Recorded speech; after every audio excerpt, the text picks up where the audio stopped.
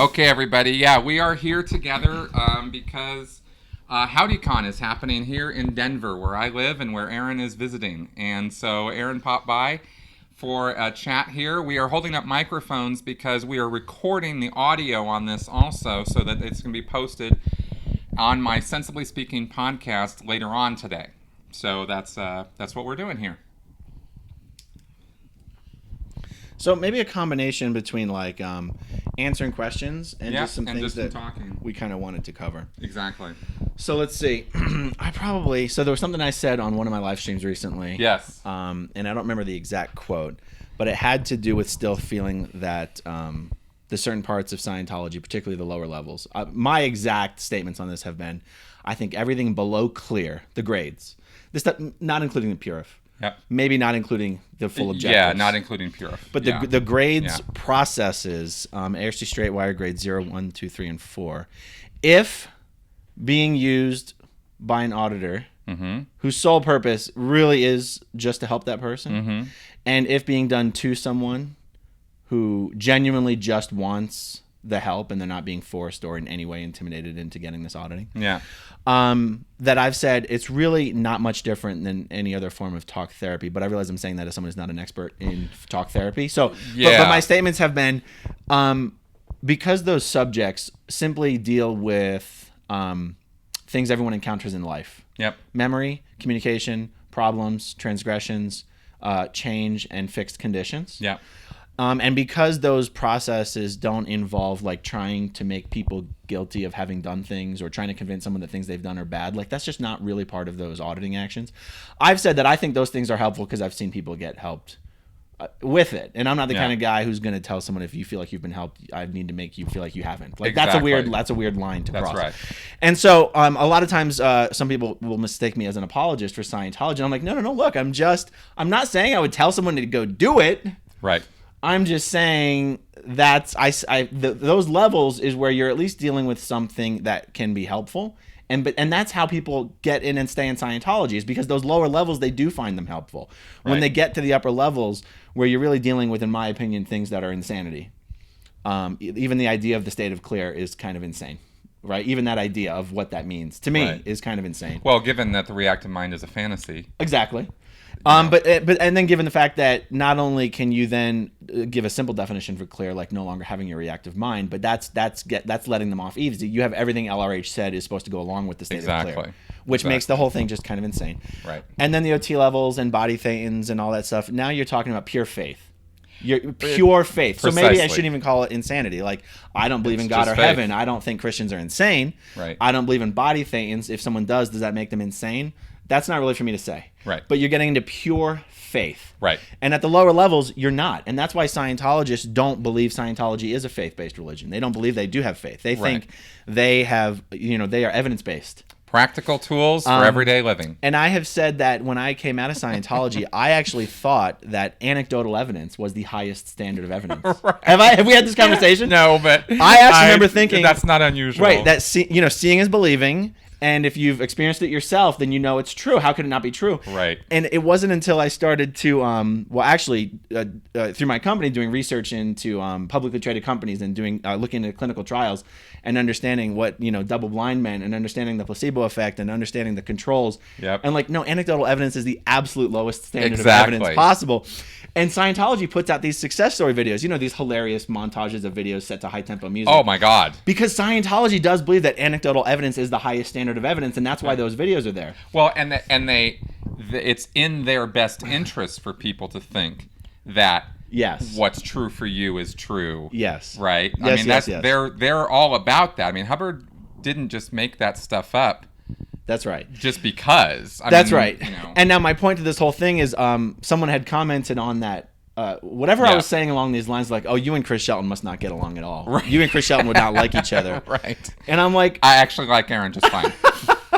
And there was two thoughts I had to that. One, I wasn't sure they were even representing your thoughts correctly. Yeah. And two, my idea of a good time when I'm hanging out with my friends in the backyard isn't to sit around and talk about things we agree on. Right. Eventually we'll be like, okay, let's stop the idle chit chat. What are we going to argue? What can we argue about tonight? What can we argue about? Right. I want a good argument. Oh, no, you came here for an argument. You're a racist. You're a fascist. You're this. Let's argue about it. All right. Well, let me address a couple of things before we get too far along, which is that I will cede, right? I will say that a certain percentage of people, and I'm not going to pretend to know what that percentage is, are going to respond to grade processing. Right. Okay. And by respond, what do you mean? Meaning that they will have some positive response to it. They'll feel helped by it? Yeah. Right. They will have a recall of memories they haven't had in a while that will, spark some, oh, wow, yeah, I hadn't thought about that in a long time. Or get them to look at something in a way that they haven't looked at it before, and therefore have what in Scientology is called a cognition, or a new realization about life.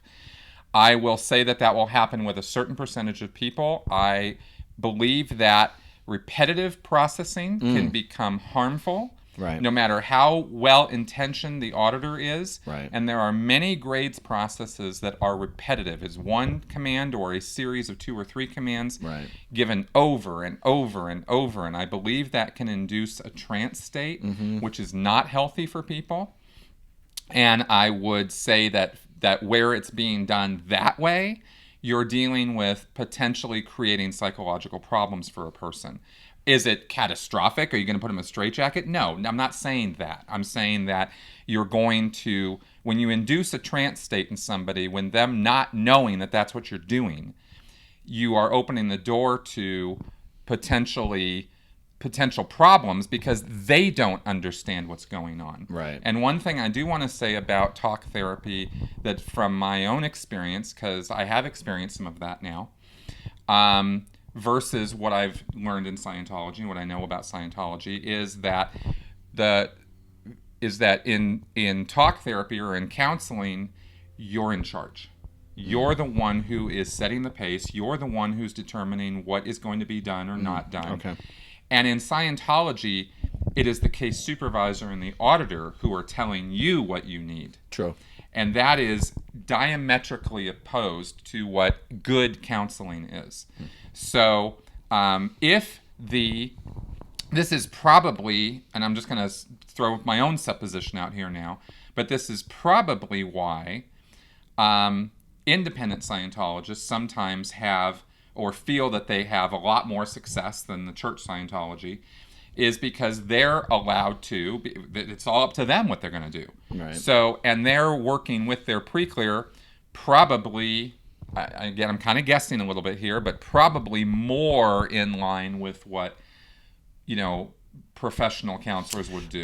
I wonder how many independent Scientologists would agree with that statement, because I know a good portion of them, I'm going to talk about them like these people. You indies. I mean, my mom is an independent Scientology auditor, and I know that she definitely still prides herself on using the same standard tech that she used in the church. And I've never had conversations with her to be like, okay, but is there anything that you've decided not to use? Right.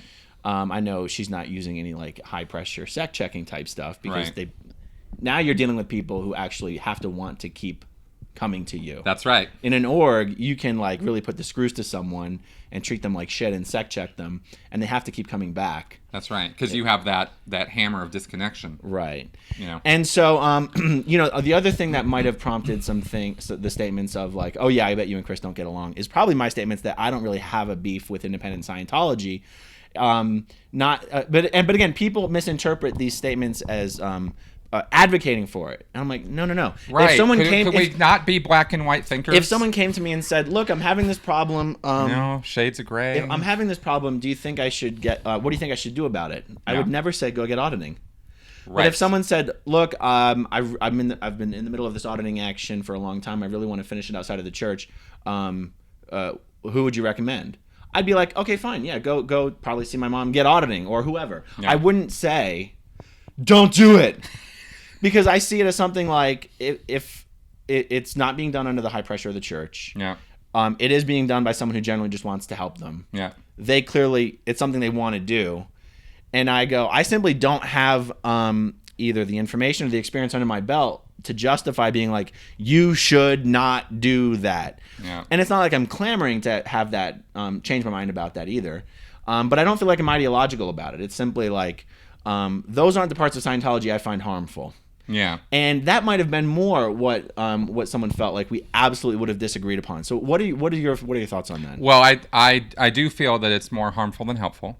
And when you say it is, what is? The auditing. Just as a general subject. As it's generally done. And the reason I say that is because the more I have learned, as I was just sort of alluding to, the more I've learned about professional counseling, like real board-certified licensed stuff, the more I have found it to be the opposite of auditing. And I know from my own experience and from some of what you just said and what I've talked to with others, that, especially for us who were raised with it, like we never had any experience with psychology or psychiatry. No. We were, they were on the other side of the Berlin Wall as far as we were concerned. They were like absolutely verboten.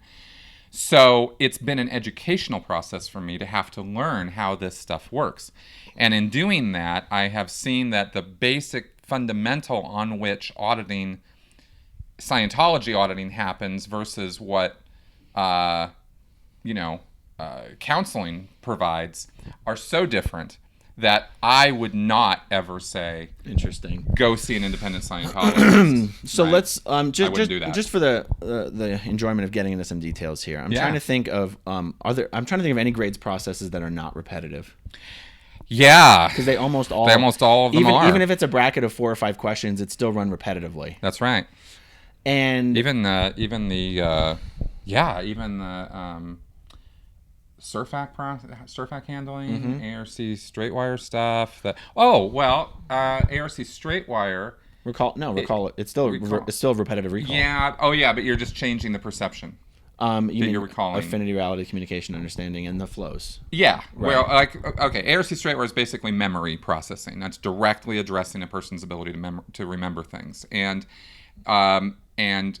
emphasizes different perceptions. Like recall a time you ate an ice cream cone.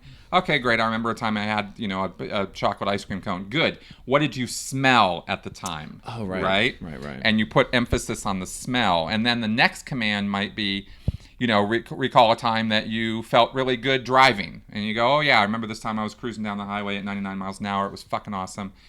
And the auditor goes, great. What were you hearing at the time? Right, and you put emphasis on that. So it's not totally repetitive that way. That's right out of the self-analysis book, right? Correct. And I think that is, I don't really see anything wrong with that. Sure, but you're talking about the absolute lowest level of auditing. I am. Right. I am. And then you get into grade 0, which is about the communications things, and even that isn't. On grade 0, we won't go into all the details. Yeah. But you put together what you think is the most disgusting list of subjects that nobody would ever want to talk about. Right. Like, you think it's on the list. Yes. In fact, there are people who pride themselves on being the specialists of putting together the raunchiest, nastiest lists. Yes. If it's X-rated, it's on there. If it's not X-rated, don't even bother. Even bother. That's right. But once you have the subject... I used to laugh my ass off about that stuff in session. Once you have the subject, you're still going, okay, what would you be willing to tell me about whatever? Right.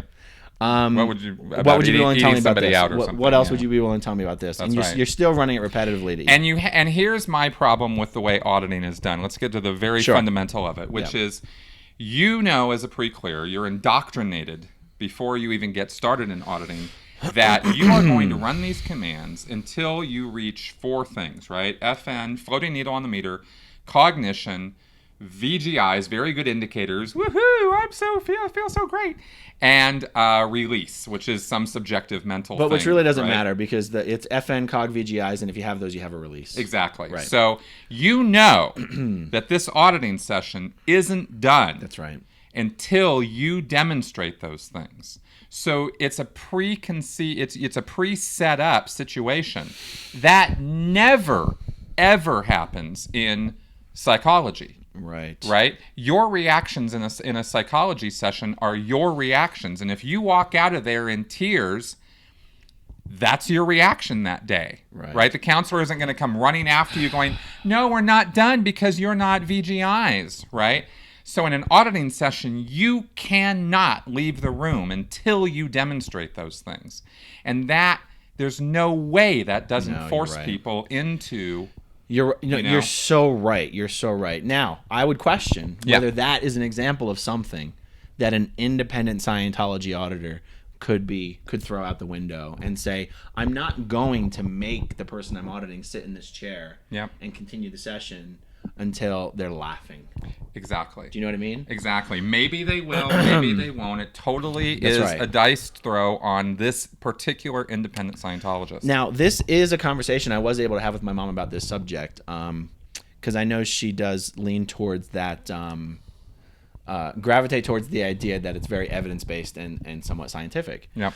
And, you know, talked about how trials work, or positive confirmation, or positive reinforcement bias, or what is it, positive confirmation bias? Confirmation bias. Yeah. And I said, okay, so Mom, do we agree that a pre-clear who knows what it is he's supposed to do in the session is going to progress through auditing faster? Oh, absolutely. That's a trained PC. I say, okay, so you're saying that you have to know what's expected of you in order to be better at providing what's expected of you. That's right. Yes, I absolutely agree with that. I'm like, okay, good. And do you agree that LRH says Scientology only works if it's being done on someone who's cooperating and wants it to work? Mm-hmm. She absolutely agreed. Absolutely, I agree with that statement. Okay, good. Well, if you say that something only works if you want it to work, that is the opposite of science. Exactly. Right. And we got to that point where she's like, okay, I see why you say that. I see what you're saying. I see whatever. And I was like, okay, good. And I said, look, that's not the same thing as me saying you're not helping people.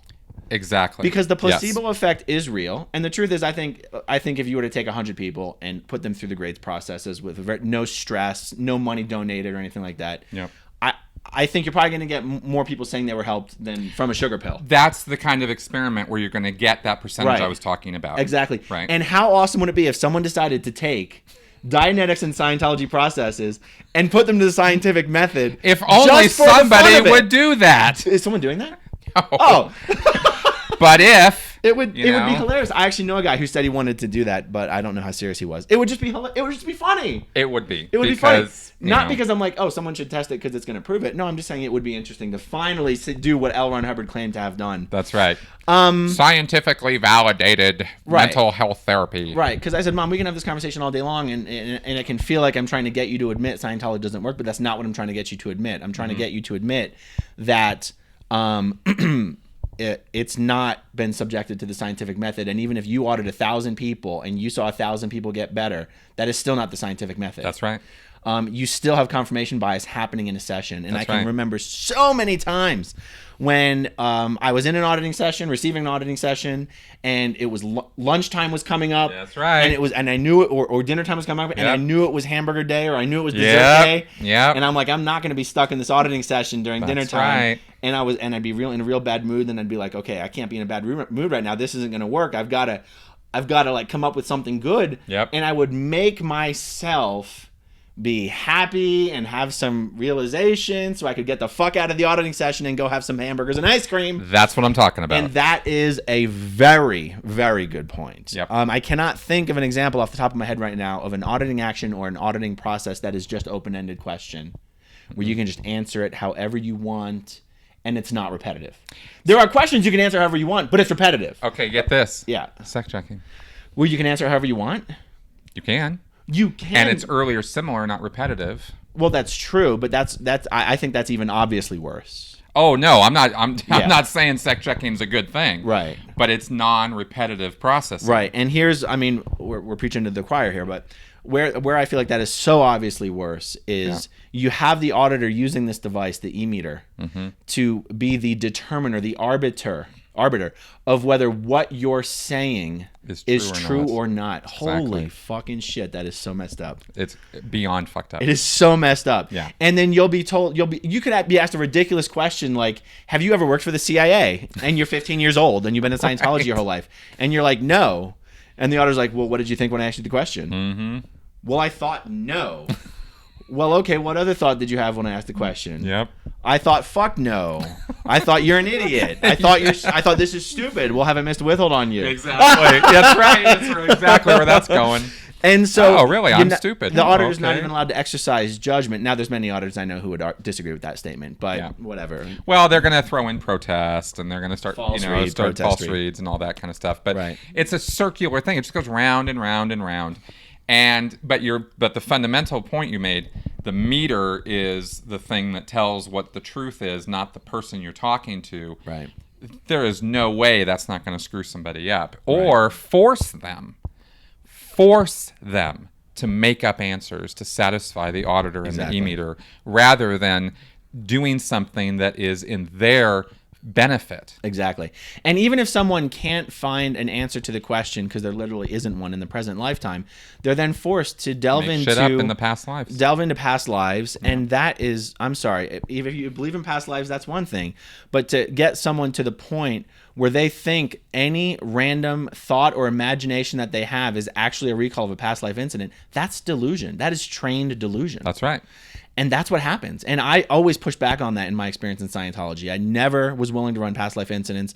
I pretended to do it twice just to get the fuck out of the auditing session. Oh, wow. Never, and it was only like the most recent past life. It wasn't like in a fucking spaceship or something. I never had that option because I had 1,000 hours of FPRD. Yes. And false purpose rundown. Yes. It's the thing. It's what looks for evil purposes that you have created and acted on in the far distant past, because Hubbard says that the stuff that really messes you up, it has nothing to do with what's going on right now. It has to do with the stuff when you blew up planets 10,000 million years ago. That's right. So false purpose rundown goes after that stuff. And I had, when you're doing the RPF, the Rehabilitation Project Force, it's just about exclusively FPRD, false purpose rundown, and that is not, you've got to go past lives in order to be taken seriously when you're doing that auditing. All right, so we're confusing people with a lot of the terminology.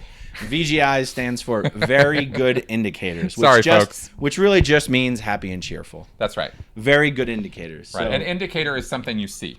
So very good indicators are something you're seeing with the pre-clear that are good.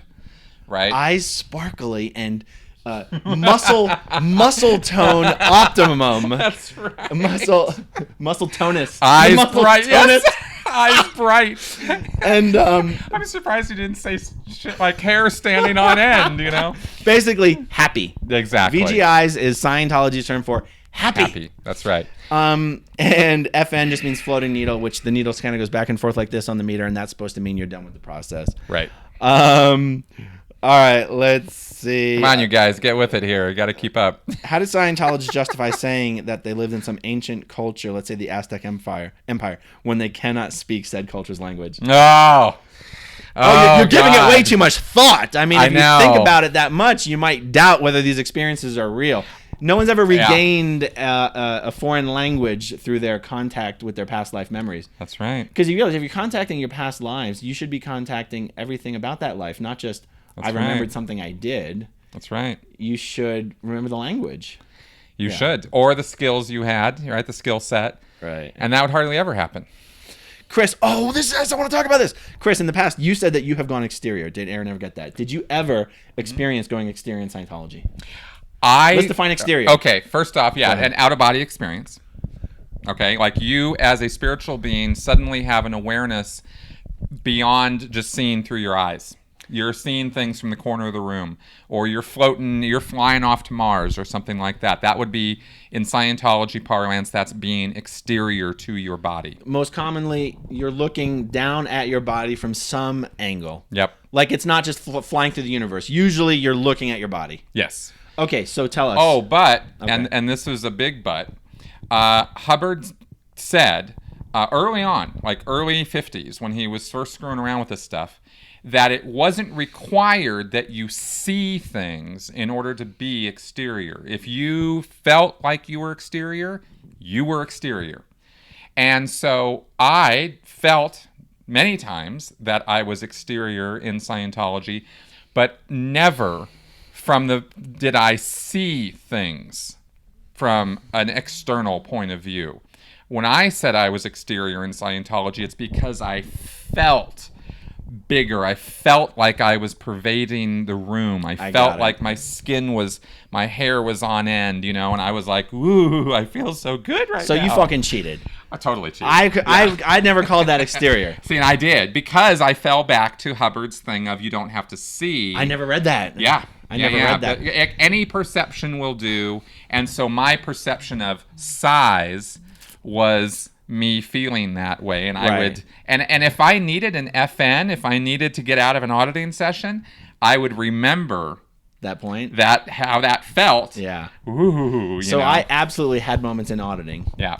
Where I felt that amazing. Yep. Where I felt like, oh my God, how can I not be popping out of my head right now? You just feel huge. You feel like you can occupy tons of space. You just feel ecstatic. It's like almost a euphoria Yep. feeling. Yeah. It is. It's definitely euphoria. And Scientologists claim to go exterior or be exterior, particularly Scientologists who've done the OT levels, all the time. Yep. And yet I have said recently, I have never spoken with a Scientologist who's been able to convince me it was true. Well, it's funny because it's even the EP of one of the L's. Stable exteriorization Stable at will. exteriorization. That's right. Yeah. And that's total bullshit. Of course it is. It's total bullshit. It's total horseshit. I mean, I have never in 20 years spoken to a Scientologist who convinced me they either were or actually had gone exterior. Oh. Because I mean, like, actually convinced me. Yeah. Yeah. Right? Like let's say you and I, if we were both still in Scientology, Yep. would have never had the discussion of what you meant when you said you'd gone exterior. Correct. And that's the thing, because as far as the convincing part goes, Right. when you're in Scientology, you do not challenge other people. You don't have to about that. prove you're exterior. No, all you No. got to do is say it. Yeah. And in fact, there is another quote, and I'd have to dig it up, but Hubbard flat out said early on, if somebody says they're exterior, period. That's right. And he was actually admonishing auditors for challenging the pre-clears, because Right. this was a thing in the 50s. It was much more loosey-goosey back then. But Hubbard was all about trying to get people popped out of their heads. And he was giving them commands like, be 3 feet back of your head, or try not to be 3 feet back of your head. All these kind of goofball commands to get people to pop out, because he thought in 1953, 54 time period, that was how you would, Right. electrify people. This is an important subject because the very concept of exteriorization Mm-hmm. is the fundamental essence of what Scientology is all about. It is the faith. It is the point. thing. It That's is the right. thing. And the fact Right. that I had never come close to feeling like I was exterior, and the fact I never even considered that feeling fantastic and feeling huge would even count. Yep. It was always a problem for me. It was It was always a problem for me that I had never gone exterior, and interest. Even thinking about it right now, it required so much more faith on my part to stick in as long as I did. That's right. Right. Because it's the fundamental Right. point of faith. That's right. Is that you are a spiritual being. That's right. And the proof of that is pop out of your head once. Woo! So you're Chris, exterior. let's stick on this for a little bit. Yeah. Because Jason, 2 things I'm going to mention. A story Jason Begay told in his interviews, Yep. and a story one of my friends who's still in Scientology had told. Jason said that one of the things that really locked him into Scientology early on was he was doing the communication drills and went exterior. Yes. And one of my previous best friends, he said that when he was on the purification rundown, and I'm realizing the communication drill is a somewhat stressful environment. Yep. Purification rundown, somewhat stressful environment. That's right. He said he went exterior, and at that point, he says, I don't give a shit if David Miscavige beats people up every day. He says, I don't give a shit if LRH was a bigamist, a liar, a war criminal. I don't care. Yep. Because I went exterior. Yep. And I know I'm an immortal spiritual being, and I want to reap whatever benefits of this technology L. Ron Hubbard left behind. I don't care if half of it's bullshit. I'm going to do all of it so that I can get whatever I can from it because I went exterior. Yep. So there's nothing you can. This my friend was saying. Yep. There's nothing you could say to me to get me to walk away from Scientology or to pick my friends over Scientology or to pick my family over Scientology, because none of those things matter. Because I went exterior 30 fucking years ago on the purification rundown. I guarantee you he's never been exterior since. But Scientology doesn't make narcissists. But let me ask you, Chris, because then Yeah. this begs the question: if someone does go exterior, Yep. or feels that they do, Yep. are they experiencing something, or are they experiencing a delusion? Well, here's what I'm very keenly curious about, which we're not going to be able to answer here, but I'm very interested in exactly what happened. What did they experience? Because Yes. I will bet you any amount of money that what happened was in the sauna, especially in the sauna. Yes. And I've done a whole video on that. We're not going to regurgitate it all here, but it is dangerous. You're going to suffer heat stroke, heat exhaustion. I mean, it is a very realistic idea or supposition on my part that somebody on the purification rundown could have been suffering from one of those two things. Right. And in a communications course, you are absolutely, without question, being put in trance states, right? With OTTR0, especially with TR0. Let's define some of these things. OTTR0 is when you're sitting in a chair across from someone else sitting in a chair, but you're sitting there just with your eyes closed. Right. And then TR0 is when you're sitting there with your eyes open looking at the other person. That's right. For hours. For hours. Yeah, this is not for a couple minutes. Yeah. Right? So in both of those conditions, you have lots of reasons to think that the person's going to be, not fully using their faculties. And I'm curious whether something happened to them that threw them off or made them wonder in some way, and somebody said to them, "Oh, that sounds like you in Exterior." Right. Right? And there's the interpretation of the experience in a positive light with a positive suggestion, which could even be considered a post-hypnotic suggestion. And the person is now absolutely certain that's what they experienced. There's no other possible interpretation for it. And therefore, Scientology works. And I will leave my family and my friends and everything else in this world because of this positive interpretation of what occurred. Right. It's impossible to keep up with all the questions. Yeah, obviously. I mean, they're coming in fast and okay, furious. but I did see the question come in earlier asking if I had received the links that they emailed me, linking to things that proved L. Ron Hubbard was a racist. Let's talk about this. I do not think L. Ron Hubbard was a racist. I do. Let's start from there. Yeah. Okay. Good. No, you're wrong. No, here's. Okay. I don't think that he was L. 1950s Ron Hubbard, racist. Well, here's the thing. L. Ron Hubbard. Let's put it in full context. Yeah. L. Ron Hubbard was born in 1911 in Tilden, Nebraska. He was raised in the Midwest. We know from his journals and from when he was a kid that when he was over in China, he was calling them chinks. Right, that the only bad thing about Chinese is about China is all the chinks here. Right now, is that racism? Yes, it is. It is. Right, because he is devaluing. I'm gonna come off looking at like the racist in this video. Well, he's devaluing an entire culture. Oh no, we don't have to argue whether it's a racist word. Yeah, it's a racist word. But here's the thing: if you're raised, it's like this. If you're raised in a culture of institutional racism, yes, are you a racist? Yes, you are. Now, are you a? Do you hate those? Do people? you hate those people? Probably. Maybe not. Right. So let's talk about this because it's important. Because again, when me and my friends are in our backyard having our arguments, at the end of the night, we almost always realize we're not arguing over the concepts. We're arguing over the definitions of the terms we're using. Okay. So I'm going to use myself as an example. Okay. So I grew up. We're going to do some word clearing. I grew up. No, I mean like when you say a word, you are thinking certain things, and when I say a word, I'm thinking. No, things. I get it. Yeah. So I grew up outside of Philadelphia, Malvern, Pennsylvania, upper middle class. We weren't upper middle class, but in upper middle class suburbs. Yeah. And it was a thing in the schools that I went to call someone a Jew as a derogatory word. Mm-hmm. Don't be such a Jew. Stop being. If someone asks you for money, stop being such a Jew. If someone wants some food off your plate, don't be such a Jew. Mm-hmm. So I didn't even know this was it was used as a derogatory word, and so it became part of my lexicon. It's just what all the people would say to each other. I didn't dislike Jewish people. It didn't even occur to me that the word we were using would be offensive to. I don't even know if I was aware of Judaism. I just don't know. I don't remember. Yeah. And I remember we were visiting my dad in Minnesota on a summer vacation, and we're in the backyard and in the backseat of the car, and me and my brother were fighting, and one of us said to the other one, like, "You damn Jew!" And my dad goes, "What are you guys, bigots?" And we're like, "What are you talking about?" Right. Okay, so this is just an example of. Okay, if you're being raised that's in institutional racism. If calling someone a Jew is a derogatory term, it is. That's institutional racism. That's right. But then you have how that manifests itself in children that grow up in it. I'm not a racist. I consider myself Jewish. My name is Aaron Levin, if my mom didn't insist on putting her name in there. Yeah. My name is Aaron Levin. My grandfather was a German Jew. Mm-hmm.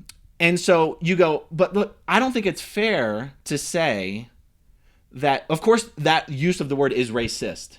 Exactly. Okay. Someone who would use that word because they grew up doing it.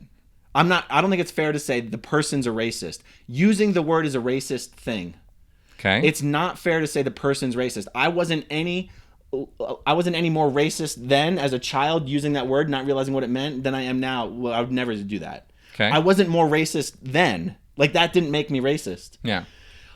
Because racism is really honestly about what's in your heart and your actions. Like, I guess you could say what's in your heart. If you discriminate against somebody, even though you like them, you're still demonstrating racism, in my opinion. But I think racism is more about what's in your heart and your head. It's whether you genuinely feel that you're superior to these other races or think these other races are inferior to you. Now, would you agree that being raised with terminology like that would create a proclivity towards... Absolutely. Yeah. Absolutely. And that's the danger. Now, so here's the problem, and I'm sorry, you guys, we can't see your comments right now, but we're just going to talk this out. The links that the person sent me didn't convince me. So let's say that LRH used the N-word in a letter to Mary Sue 50 years ago. Which he did often. Often? Yeah.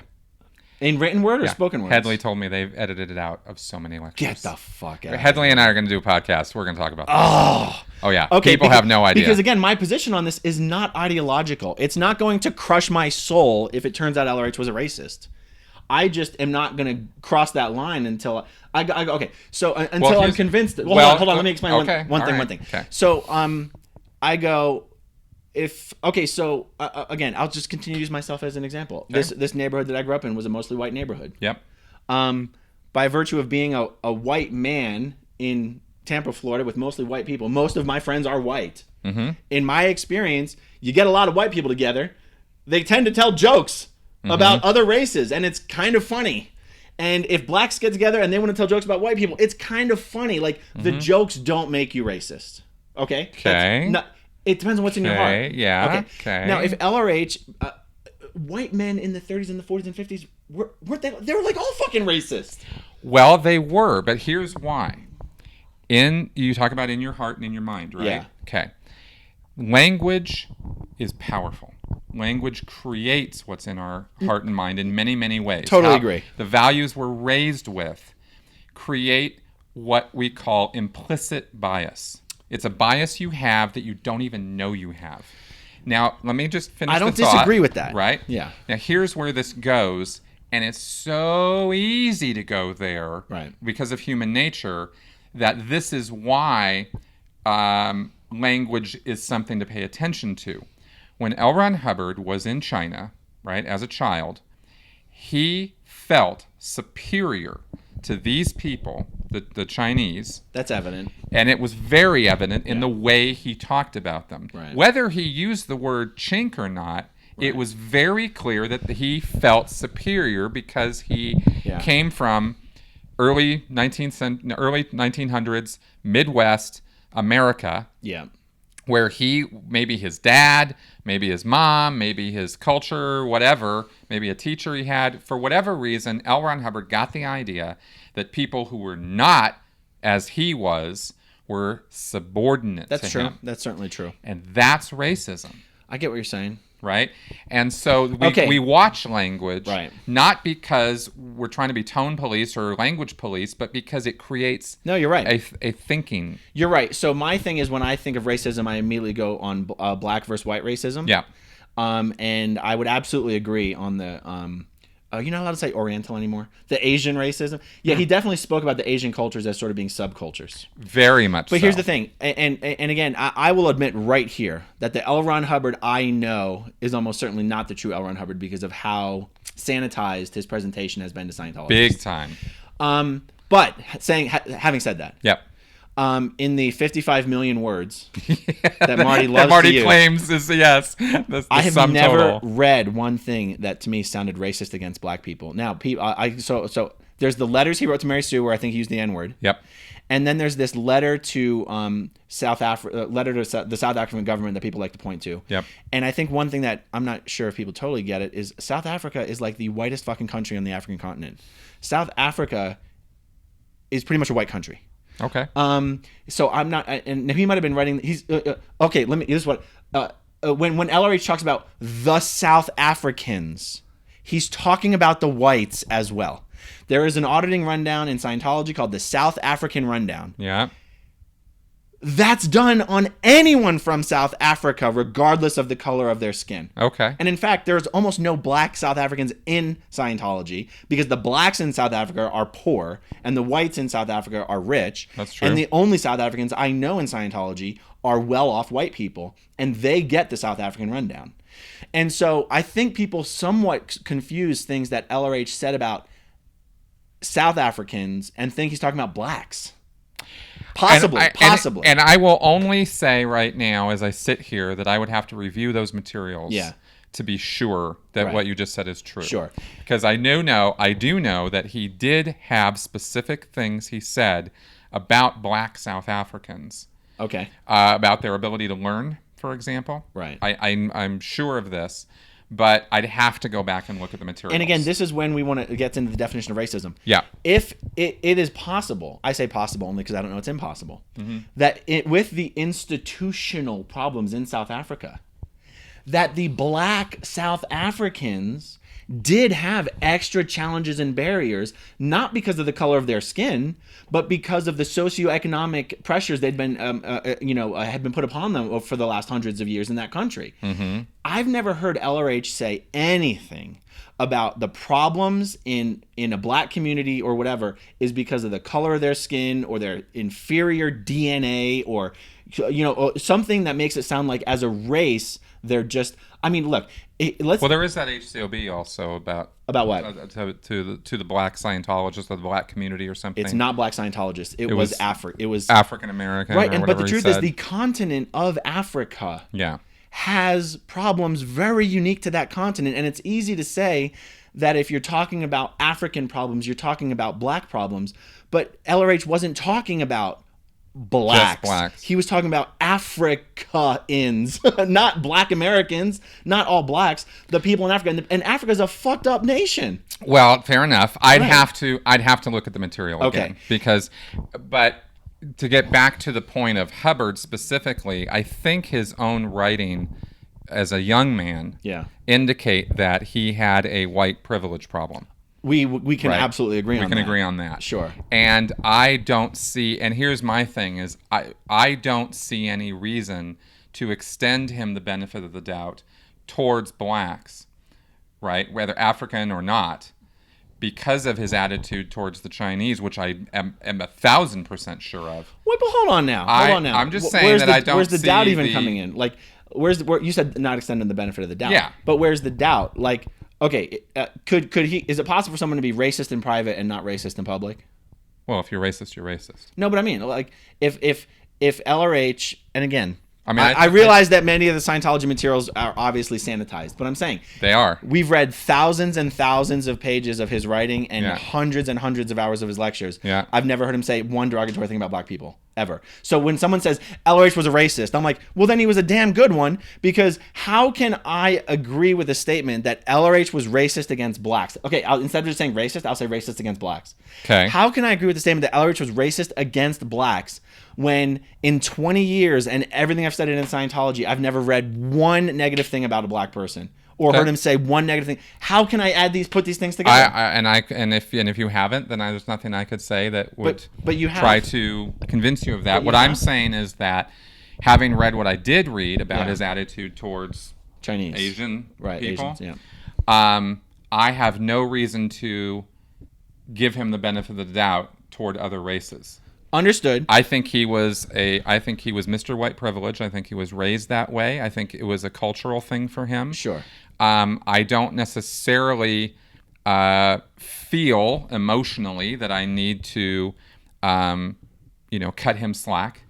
Well, sure, and I don't want to cut him slack either, Right. but there's a difference between cutting someone slack and just being like, oh, yeah, he was a racist. I've never seen him or heard him do anything racist against blacks, but sure, I'll jump on that bandwagon.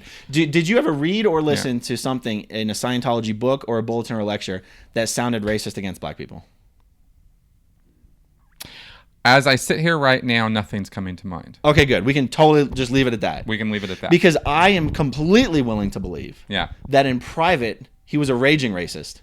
I agree. It wouldn't even surprise me. Right. Because he was so privileged and raised in a time where it was so normal to be casually racist. Right. Do you know what I mean? That's right. So, okay. That's right. But that doesn't make Scientology racist. No, not Scientology. Okay, because that gets seeped into it. Yeah, no. Scientology in and of itself Scientology is not has a lot of racist. racists in it. Yeah. But it doesn't make the body of work racist. Right. Okay. Right. And I think you're going to get a shitload of comments now about schooling you on South Africa. I'm predicting that is what's going to occur. All right. Well, I'm sure I know more South Africans than anyone watching this goddamn video, unless you're in South Africa. Okay. I got nothing on that one. Many of my friends are South African. Okay. I'm totally kidding. Yeah, I know. I'm kidding. I know. Okay, what do we have here? What do you guys think of the BS? I don't want to talk about Marty. We've spoken about Marty so much. Oh my God. Okay, Marty's. Please, no more Marty. All right.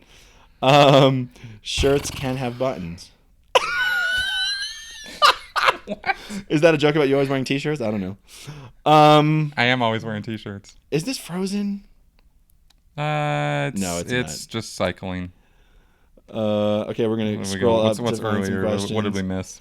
Aaron has stated before that he enjoys playing the devil's advocate. Oh, absolutely. I'm absolutely playing the devil's advocate.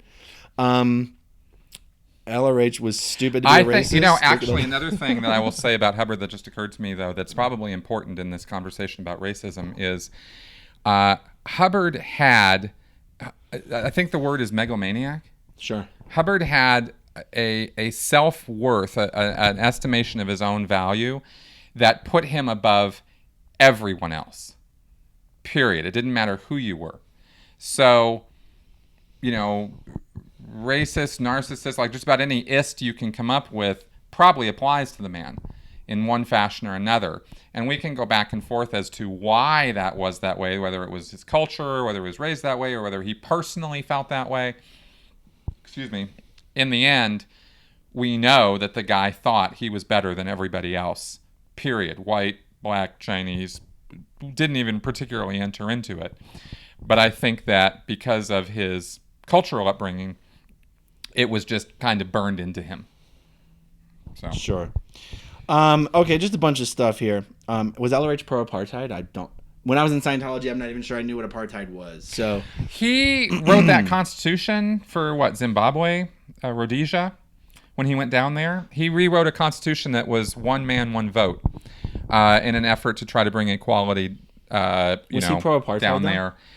I don't know. Yeah, I don't know either. I don't know as I sit here right now. Yeah. Can't remember. Africa is not a nation. I wasn't literally calling Africa a nation. I was just saying the African continent is a pretty messed up. Is it not? I don't know. I've never been. They have problems. Third world problems.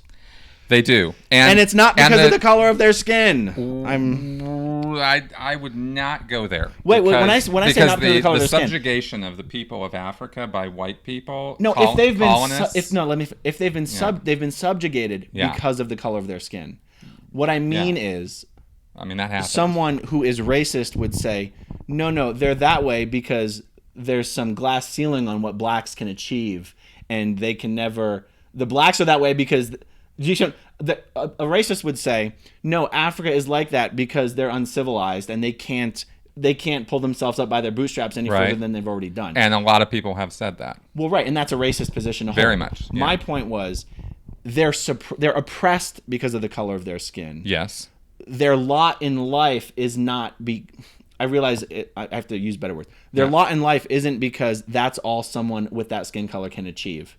Their lot in life is because of they're being oppressed due to the color. Correct. That is correct. Yes. We it's need the result to be very of clear racism. About that. Yes. Right. Okay. Yeah. Again, I don't want to have the whole thing go off into racism. It was just this concept of whether LRH is a racist, and it's interesting because I still feel like at the end of this conversation we're holding two somewhat opposing views. One, we agreed that neither of us have read or listened to a word LRH wrote in the name of Scientology that sounded racist against blacks. Yeah. But at the same time, I do get the impression that you're in the camp that LRH was racist against blacks. I believe he was. But how can both of those things be true? Because of because of his upbringing. Like we've agreed that he was raised. You're saying he's predisposed to being racist. Yeah, that's what I'm saying. Oh, okay. Yeah. I got it. That's it. Okay, fine. Yeah. And that's fine. Like, given a choice, and I agreed he's going to think less of anybody who's not it. white. I got it, sure. But then if that's true for everyone, then that doesn't mean anything. If it was true for everyone in that period, then it meant something. In this, but you're saying the reason it would have been that way is because he was raised in that time period. But if that was true for everybody, then in that time period, it makes the time period a racist time period. Okay, but singling or racist the Midwest. But it just means that singling one person out as being racist is almost meaningless then. Yes and no. When you have somebody with as much influence as L. Ron Hubbard had over other people. Okay. Fair enough. Yeah, it matters. How long have we been going, by the way? It doesn't matter because I can't see my battery power. Whatever. It looks like 52:48. Oh, sweet. Not bad. Yeah. All right, guys. Give us some good questions here.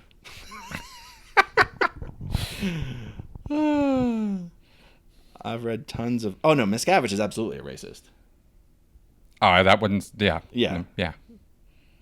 Oh, yeah, absolutely he is. Because when you hear Render and Rathman and these... I mean, he was just... He's a homophobe. He's a racist. I mean, just every ist you can think of pretty much applies to the guy. Okay, I'm going to scroll up looking for questions, y'all. When did either of you first find something in Scientology boring? What does that mean? I don't know what that means. Race is a minefield as a topic. We should probably move on. It is. Yeah, we're trying to move on, guys. We're trying to move on. Trying to be clear about it, but... Oh, I wanted to ask you a question about something. Yeah.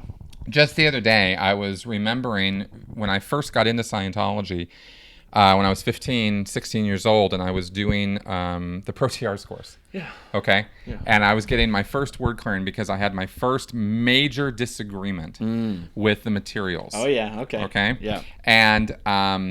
And so I was protesting. I was being, not a critical thinker, but I was like, this line doesn't make sense, and I wasn't giving it up. I wasn't like, oh, but Hubbard knows what he's talking about. This is my first course, right? And the supervisor browbeat me into submission, right? And I was 15, so I was impressionable.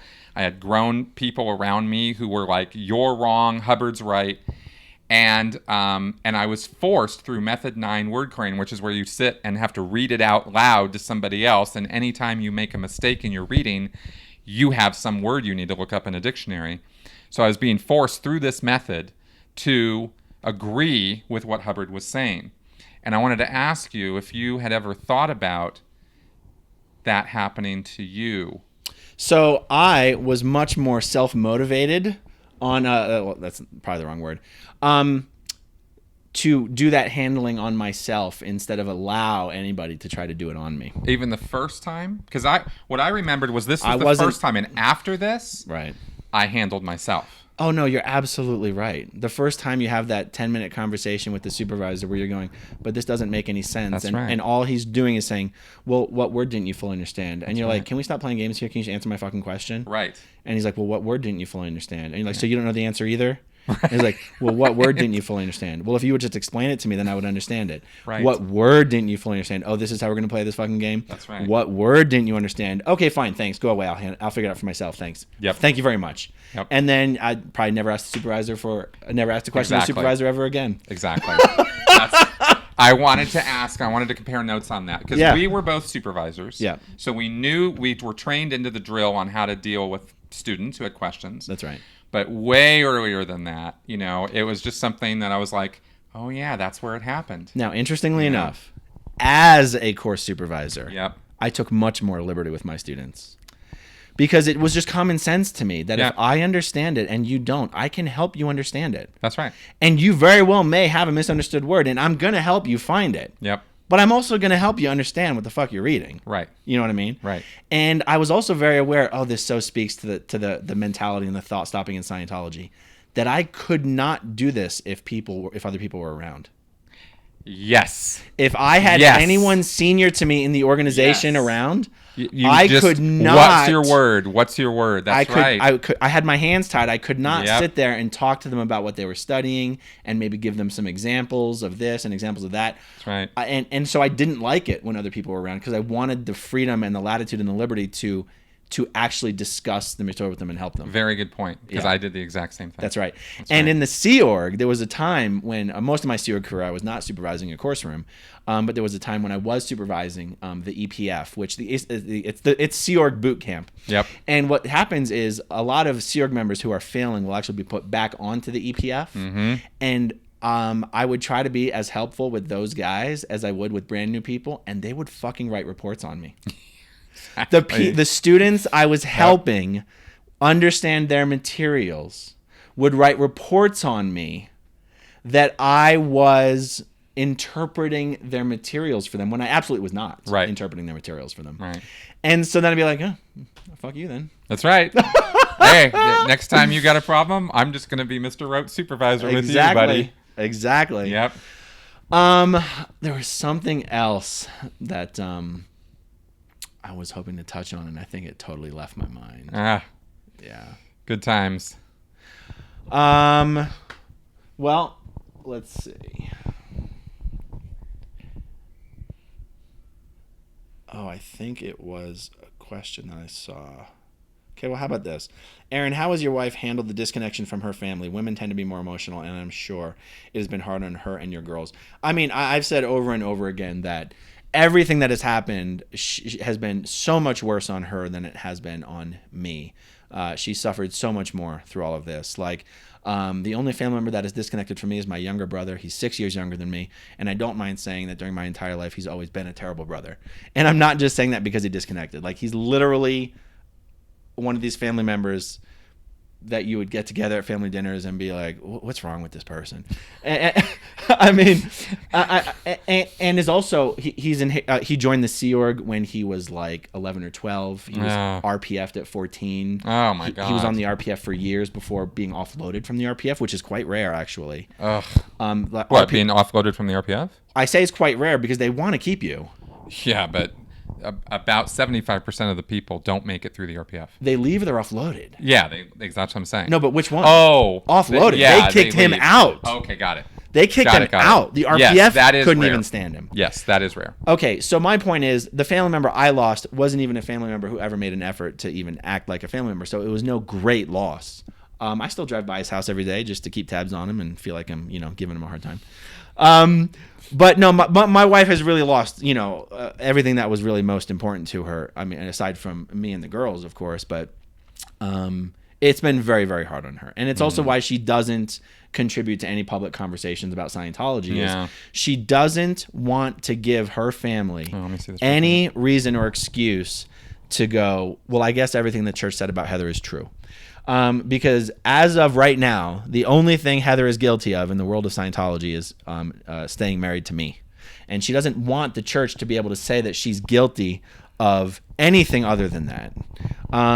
Were you showing me? I think I was just resetting it. I think we're back to where we're at now.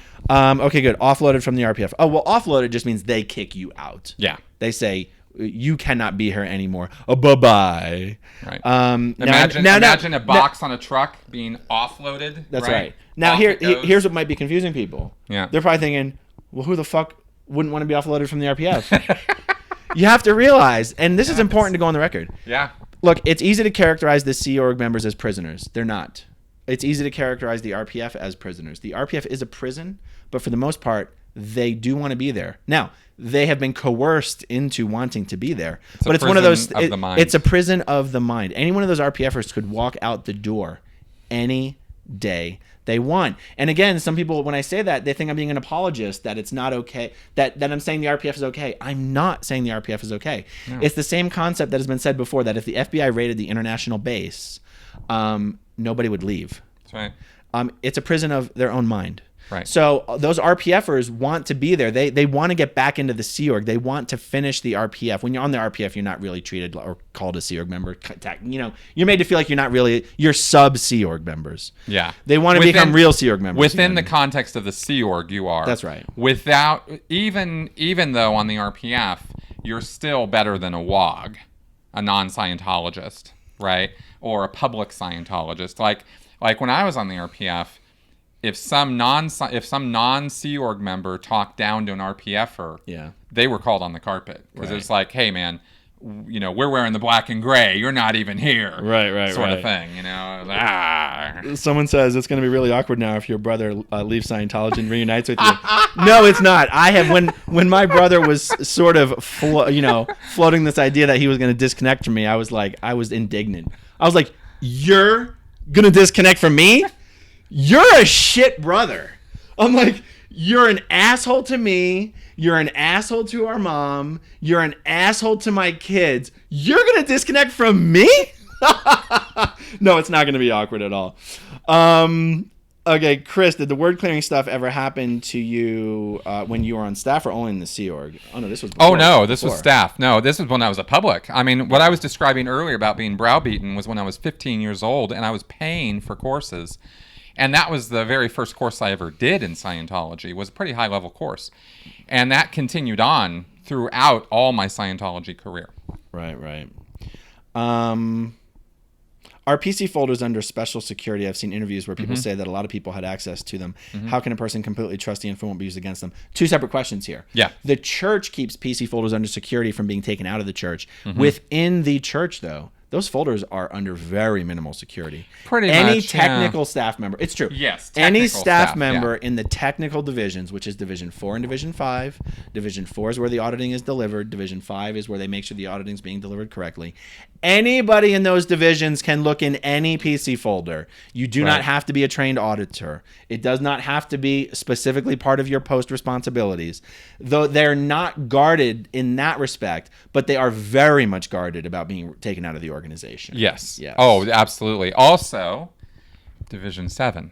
The executive division can look into any PC folder that they want. That's right. Now, the receptionist can't just walk in and be like, "Can I look at someone's PC folder?" No, that person would probably be written up immediately for even wanting to look in someone's PC folder. That's right. Okay. What else do I got here? Wow, so many spam comments. There's someone lonely today who wants to fuck. Hey, look at that. Wow. Nice. I think you can block them. Awesome. All right. Well, we could go on forever. Yeah, there's a lot of questions out there. Yeah. But, hey, what are you thinking of HowdyCon so far in Denver? Oh, it was great. I mean, I just flew in actually last night, went directly out for some drinks. And you've met Tony before. Oh, I've met Tony many times. Yeah. Okay. And I've met Mark and Claire before. But I met a whole, Steve, met Steve Kinane for the first time. Right. Met Peter Griffiths for the first time. Yep. And it's going to be hard for me to remember everybody's names because also a lot of them sound familiar. I mean, a lot of the names are similar names. Yeah. But it's been a great time so far. We're going to go have some brunch here, and then we're going to have a big dinner tonight, and then I guess that'll pretty much be it. Very low key, very relaxed, and just having a good time. Yeah. Good times. Okay, well, I guess we're going to wrap it up then. Cool. Okay, folks, so we see your comments still coming in, but we have to call it quits because of the time factor. So this has been Aaron's podcast or Aaron's video here live, but I'm going to post this later as a podcast on my channel as well. I think that's the first time we've ever done anything like that, sort of cross-pollination. Yeah, we never have. So anyway, this has been fun, and thanks for coming around and seeing us, and we'll talk to you later. Bye-bye.